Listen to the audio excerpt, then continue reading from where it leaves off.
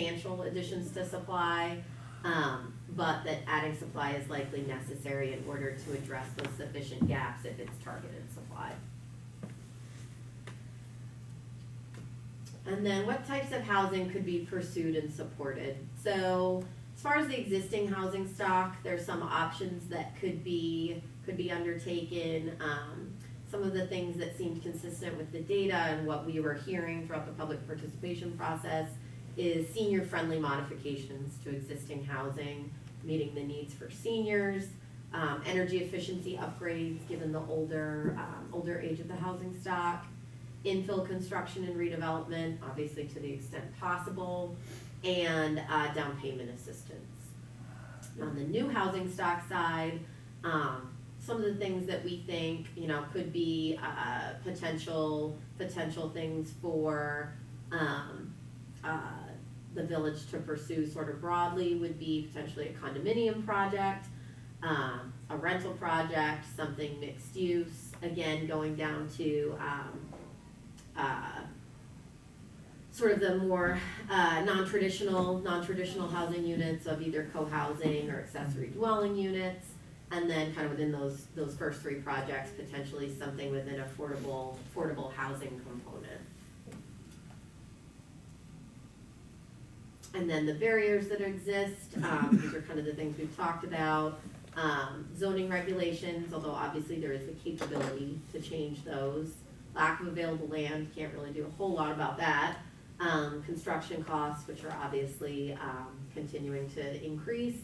And then public opinion. So for some of these, types of housing units or, sort of policy initiatives, will there be sort of NIMBY or other public pushback?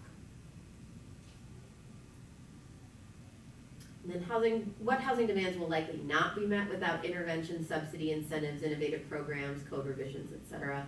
Affordable housing units broadly, that just won't happen without some type of intervention, whether it be a developer going in and applying for tax credits to build a tax credit project, or coming in to rehab an existing market rate development with tax credits or some other type of financing, and then imposing restrictions on the property.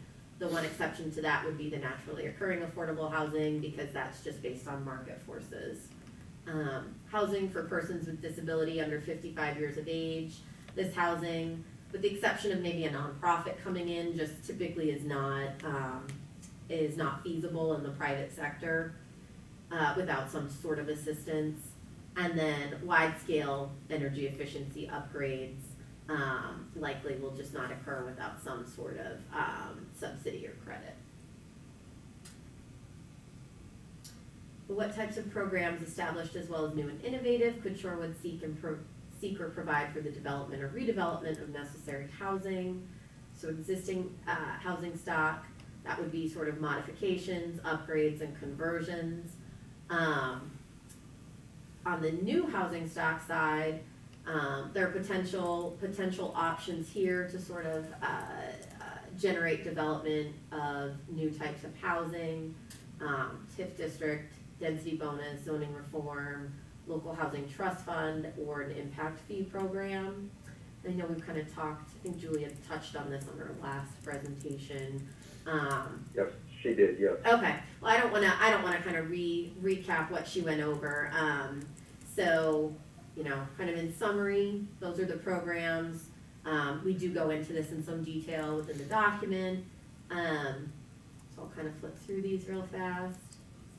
And, Rachel, I'm yeah. curious, as you look at Shorewood and the opportunities and challenges, I don't think the word gentrification is necessarily the right word, but I feel like what you're seeing in Seattle and San Francisco and other communities is, to some degree, what we're seeing in Shorewood, this sort of continued increase in the cost and the affordability question. In your experience, are you seeing, how are other communities effectively addressing that?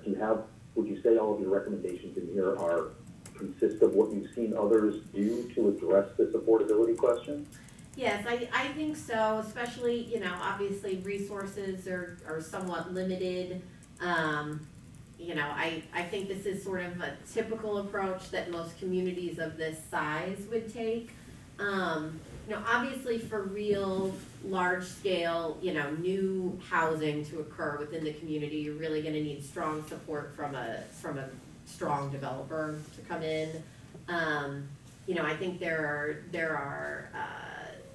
assistance and tools that the village can provide, and obviously sort of, you know, try and guide development and what, you know, through policies and such, but I'd say generally, yes, these are kind of the typical things that we would see in like communities.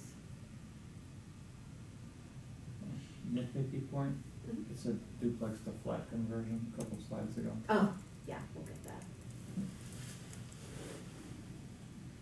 Next. That's back here. It's a single family. I'll get that. Thank you. So really it then becomes, you know, kind of what we're talking about is what is the village's ultimate goal in terms of what sort of policies and recommendations do you want to put forth? Is it eliminating gaps? Is it diversifying the stock, preventing displacement, increasing the tax base? You know, there are certainly, you know, various projects and initiatives that can meet, you know, one or more of these goals, but then that really just becomes what does the village sort of establish as policy and what you want to do moving forward. So I think I'll end it there and open it up to any other questions. I know we've been kind of talking throughout, but if there's any other questions, I'm happy to answer. Sorry, I just have the one quick question on duplex to flat conversion. My understanding at last presentation was that a duplex, like a triplex conversion, like allowing one additional unit as opposed to going down. So I just want to clarify what recommendation that actually is, if it is a duplex to single family, if it's a duplex to maybe allowing a third unit or, because my understanding was it was to allow 3 or 4 units. Yeah, it would be to increase density. You can't do that, I've tried. Yep. Right, so I just want to trigger, You trigger all the new codes. right, just before you, Yeah. you change that to single Yeah. family. I don't think that was the direction it was going. That's the only thing I had. Right, and that's why, you know, the duplex conversion program is part of the recommendation. Yep. So one of the things that's just come up a lot in the news with Milwaukee is that there's been a significant transfer of like who's owning the real estate in Milwaukee, and so I wanted to know if you found any trends with respect to that here. In terms of if it's outside investment owning Correct. the real estate? Owner occupied or not, and if that's had any level of change in our community. I don't know that that's something we necessarily looked at in particular, but we certainly can and see to the extent available.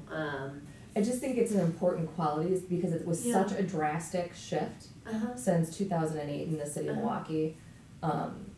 With the that- amount of outside investment coming in. Right, so given the fact that we are right next door, Yeah. you know, granted, there are two, right, there's a lot of different factors, we're not necessarily the same place, but I just Right. wanna make sure that we understand where we're at with that right now, Mhm. You're talking about from a trend the perspective. rental units and who owns them, if Mhm. they're owned by someone local versus someone not local, National. meaning National, Correct. A yeah, REIT, outside a of the REIT, state. something like that. yeah, There's a journal article about a week ago. I'll send it to you guys. Right, I- but when you say local, are you talking about it's a Sherwoodian who owns the place, or Milwaukee County, state of Wisconsin, like what's Well, local? if they're owning or living in it. No, but I mean, if I own 3 duplexes in Shorewood, and I live in Shorewood, see you, Joe. Thank you. Versus I own 3 duplexes in Shorewood and I live in Milwaukee. Is Yeah, I don't that- think that's the drastic difference. I think that's always been kind of a player. I think the difference is if there's a national firm, I believe my friends in So like out of Minneapolis. state. Yeah, my friends in Minneapolis have this thing where all of a sudden they're renting to someone who, you know, I don't know, lives in St. Louis or something, and Mhm. they said a lot of housing stock in their particular neighborhood has been purchased up, whether it was through the downturn or whenever that happened. By corporations Correct. or, you know, large scale. Right. yeah, And are you talking though, I know we were talking about rental units, but I assume also in terms of owner, like Yeah. if outside investment firms, I mean, we are seeing that in lots of urban markets and kind of close in suburban markets where you get these sort of outside investment firms that will come in and buy, and again, I don't know that this is necessarily happening in Shorewood due to the size, but in like larger cities will come in and buy like whole swaths of single family Yes. homes, especially in more depressed areas. Kansas City has that. Oh yeah, we have a lot of it going on, yeah. I don't know per se that that would be as much of an issue in Shorewood, but we can look into that. Our real estate's too expensive. Yeah. That's what I would think, but I'm like, I just wanna know where we're at right now. The return So, on you know, investment 5 here years we is There's take a a look back trend. at this, in zero. 10 years we take a look back at Yeah. this, and we know where we're at. Sure. From a real estate investment standpoint, that's why I don't own any properties in Shorewood, cause it makes no money. It's break even at best, and Why, large. because of land costs, or? No, cause the price of the property is too high Price and of the rents property are not, taxes, rents aren't. the as rents aren't competitive. high The enough rents aren't. to Mhm. provide a net income above and beyond what your overall expenses are with, I mean, I'm assuming, 20% down, an 80% mortgage, taxes, Yeah, all that. You really, cause the pricing, correct me if I'm wrong, you know better than I would, but even duplexes in Shorewood, you're basically competing in a lot of respects with owner occupants who don't care so much about the numbers. They just want a place to live, and they either like it or they don't, and they can afford it or they can't. They don't look at it as an investment standard. So, I mean, when I buy a rental property, it's all based on the numbers. it's a different. And I have to have a certain calculus. percent It's a return on different- my yeah. investment, and if it's not there, I don't buy it. Mhm. So, and I have people all the time who say, oh, I wanna buy a duplex in Shorewood. I was like, well, if you want no cash flow, that's a great place to buy. I mean, it's one thing, cause it's very stable, you can always sell it.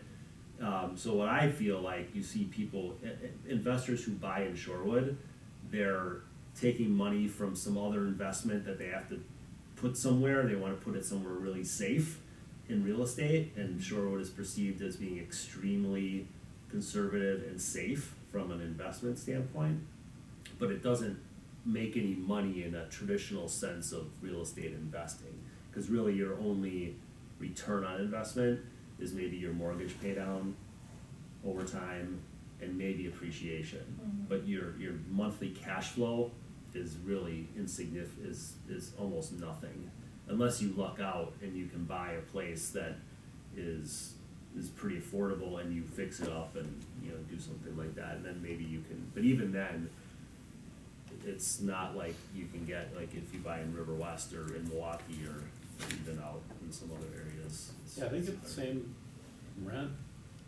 3 blocks outside of Shorewood that they do in Shorewood, sometimes more. Mm-hmm.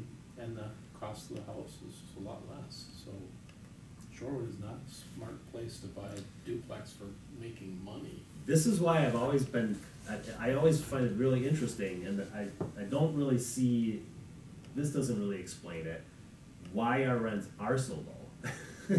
I mean, really, rents are not commensurate with The price demand is so of, high.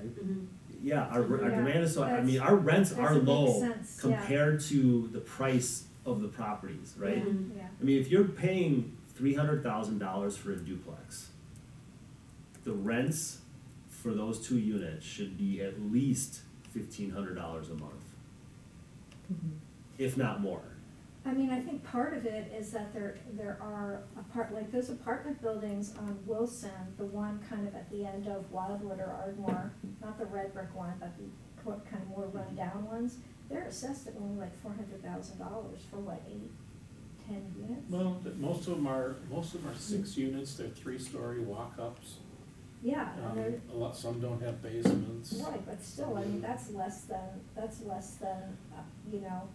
a single-family house, in what, so. You only get $650 to $750 rent for those. I mean, that would be interesting to look at income, the rental income versus what John's talking about, of like, purchase cost and cost of ownership versus rental income. I mean, I'm not sure what that really tells us, but I guess I would say if there's a mismatch that rents aren't where they are, then, I think if we continue to depress, if the CDA were to do a program that continues to lower rents, including building new luxury rental housing, which has, I think, depressed rents, right? So, you know, what's that gonna do in terms of duplex ownership? And if we wanna, for example, at the Human Relations Council, there was some discussion about, and people were saying, well, we'd like to see more owner-occupied duplexes providing units, lower priced units for, you know, the other unit as a lower priced, option for, so I don't know. I mean, Well, it kinda yeah. starts from what we're trying, if we decide we really wanna improve affordability, you know, with all these things going on, what would be the way to do that? It's difficult to improve affordability when you have potential tenants with high income levels. Yeah, And as a landlord, you have to review your prospects yeah. based on their income, their ability to pay. Mhm. Yeah, especially as an independent landlord, I mean, I'm a small independent Yeah. landlord. I mean, I don't own hundreds of units, I don't have huge deep pockets. So if I have two applicants, and one of them makes $100,000 a year, and has a stellar credit rating, and another person has $40,000 a year, they both technically qualify, Mhm. because I go off a 30%, you know, I use a 30% threshold. I have to go with the other person. You do, Because yeah. I mean, I can't afford to have a month or two of vacancy in a unit, like, that takes food directly off my family's table as an independent landlord. So I always have to go with the person who's the most qualified, so I don't have the risk. I have to lower my risk as much as possible so that it doesn't impact me down the road. It's not always possible, but Yeah, but you I know, think it's- that last, or one of the last slides of like, well, what are we trying to do, you know? Mhm. We have to kind of